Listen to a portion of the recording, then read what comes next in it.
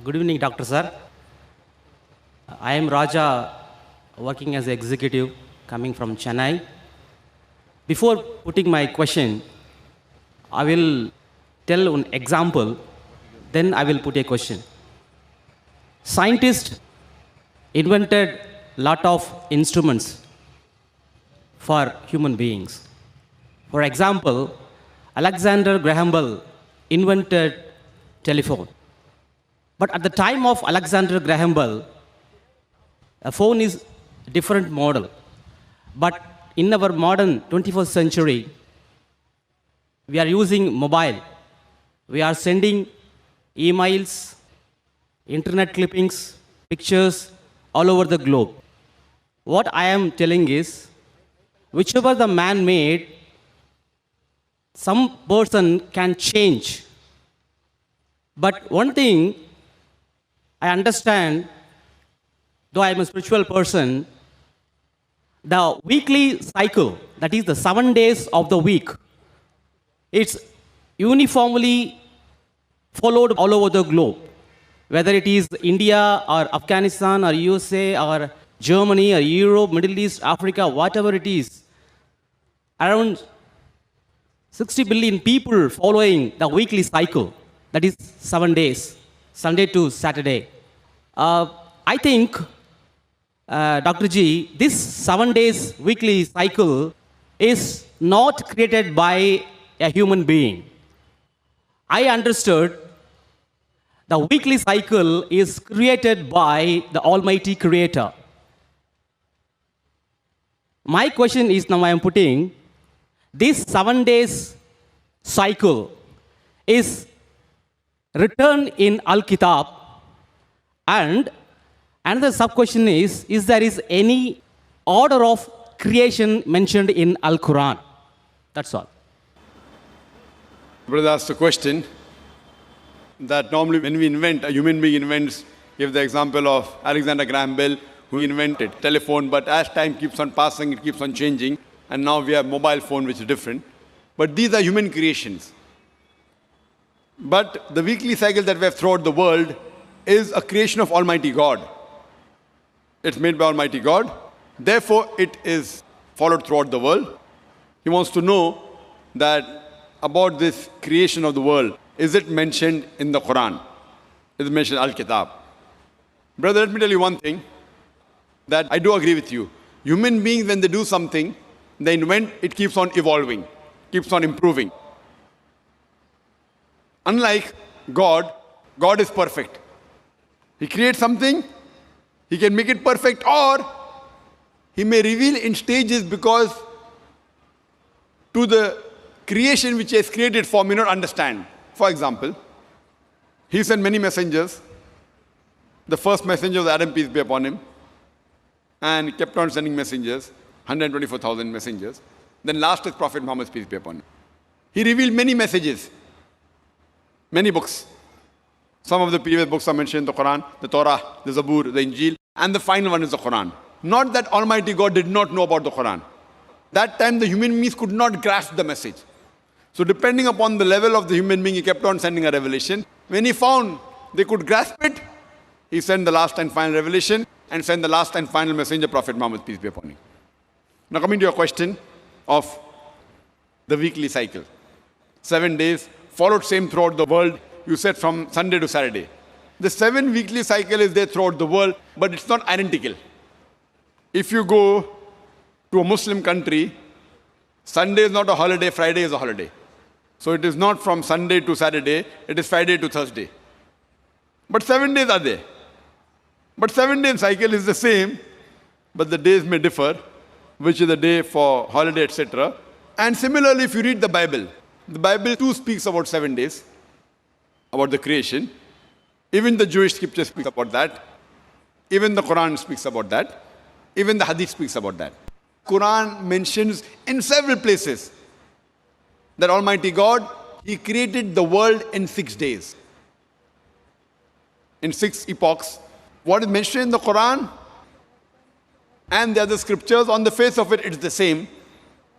But if you go into details, there's a world of a difference. The way Quran speaks is more scientific. What the other scriptures speak, it may not be that scientific.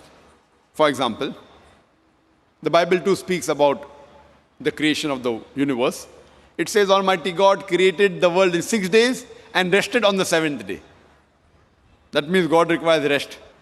Quran also says Almighty God created the world in 6 days, but doesn't say God rested on 7 days. Why? Because Quran says in Surah Baqarah chapter number 2, verse number 255 in Ayat al-Kursi, Allahu la ilaha hayyul qayyum, la ta'khudhuhu sinatun wa la nawm, lahu ma fi samawati wa ma fil ard. That He is eternal. He is all powerful. He is one. No slumber can seize Him, nor does He require rest. So Almighty God does not require sleep. He does not require rest. So where's the question of Him resting? So a lot of the portions match, but not everything. If we say God requires rest, means He's like you and me, a human being requires rest. Almighty God does not require rest. So here we differ. What is mentioned in the Bible, it talks about 6 24-hour periods. 6 days of 24 hours. Which scientists say the universe could not have been made in 6 days of 24 hours. So scientists disagree with the narration mentioned in the Old Testament, in the Bible. As far as the Quran doesn't mention anyway that Almighty God created in 6 24 days. The Arabic word yom, the plural is ayyam mentioned in the Quran, has got two meanings. One meaning of yom is a normal 24-hour day, like how we have. And the other meaning is a period. It can be of any length, like an epoch. And scientists have got no problem accepting that the universe was created in 6 epochs, in 6 long periods. Maybe million years or millions of years, there's no problem. So here we differ. As far as the creation, the Quran has got hundreds of verses which talk about creation. I can give a talk on that. Time does not permit me. I'll just mention a few samples. I said, what does Quran speak about creation? It speaks umpteen number of things.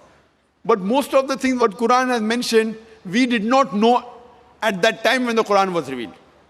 When the Quran was revealed 1400 years ago, these things were unknown. For example, today when we ask a scientist, he will tell you. When we ask him, how did our universe come into existence? So he will tell you that initially there was a primary nebula.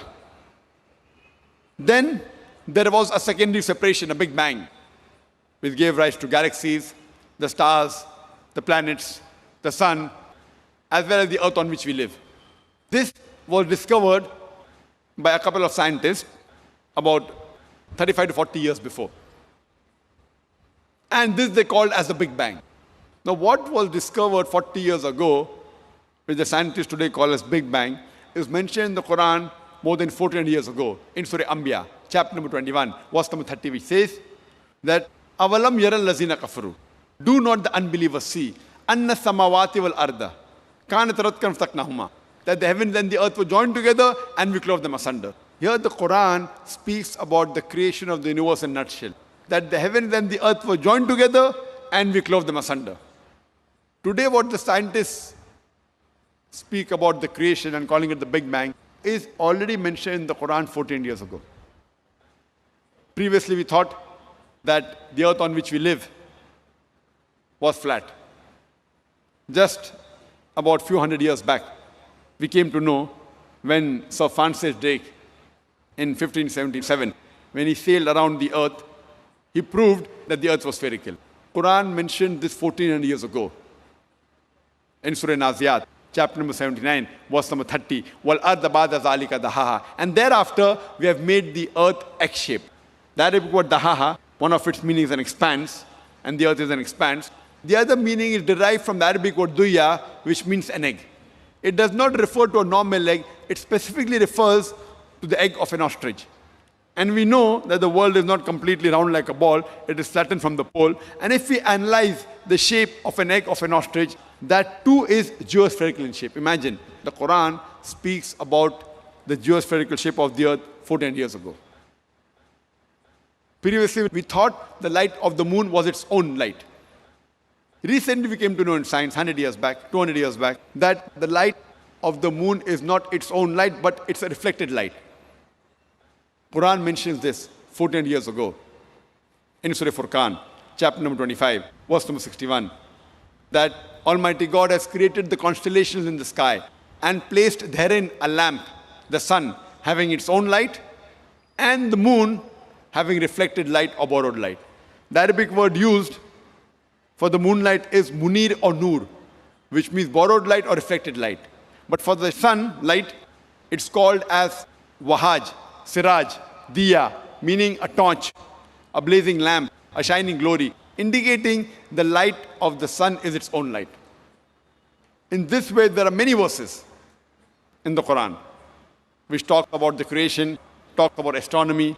When I was in school, I had learned that the sun, though it revolved, it did not rotate about its own axis. It was stationary.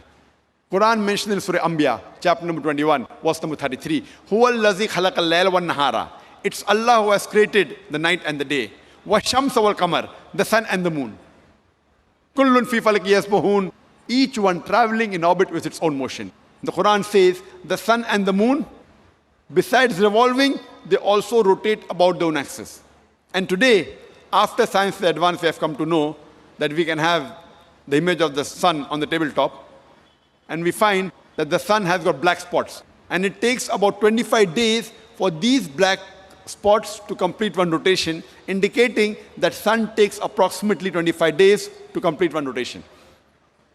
In this way, Quran speaks about the sky as a protected ceiling in Surah Anbiya, chapter number 21, verse number 32. The Quran speaks about the fourth state of matter, that is plasma. The Quran says in Surah Razia, chapter number 51, verse 47, that we have created the vastness, the expanding universe, which we came to know recently. So in this way, the Quran speaks about creation in several places. But the point to be noted is that unlike other scriptures, even the other scriptures, the Vedas, the Bible, the other scriptures, they do speak about creation. Now, many of the verses, what they speak about creation, they match with science. But many of the verses also go against established science. But as far as the Quran is concerned, the Quran contains more than 6,000 verses, out of which more than 1,000 speak about science. And not a single verse of the Quran goes against established science. The difference between the Quran and the other scripture is that not a single verse of the Quran goes against established science. It may go against scientific hypotheses which take U-turns, but not a single verse goes against established science. That's the reason the Quran is a unique book, and we say it is the only revelation of Almighty God, the only religious scripture which has been maintained in its pure form and is uncorrupted. That's the reason, even if you apply the test of science to all the religious scriptures, all of them fail the test except the Quran. Quran is the only religious scripture on the face of the earth which will pass the test of science. Hope that answers the question.